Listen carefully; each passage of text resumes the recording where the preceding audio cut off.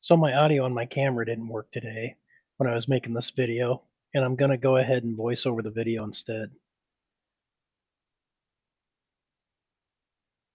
I'm getting ready to install this battery monitor in my RV tomorrow, and I'm going to install it in the side of a kitchen cabinet. I want to make sure that I get a good square level cut and the proper size. I don't want to miscut and make the hole too big. So what I'm doing is using the cardboard as a template.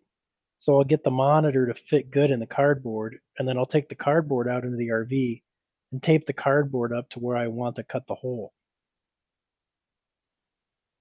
At that point, I'll go ahead and use a Sharpie or pencil and mark the hole through the template, and then I'll remove the cardboard so I can make the cut.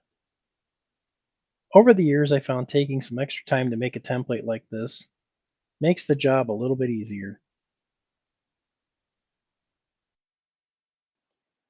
Here in the next couple of days, I'll have a full video of installing the battery monitor from start to finish.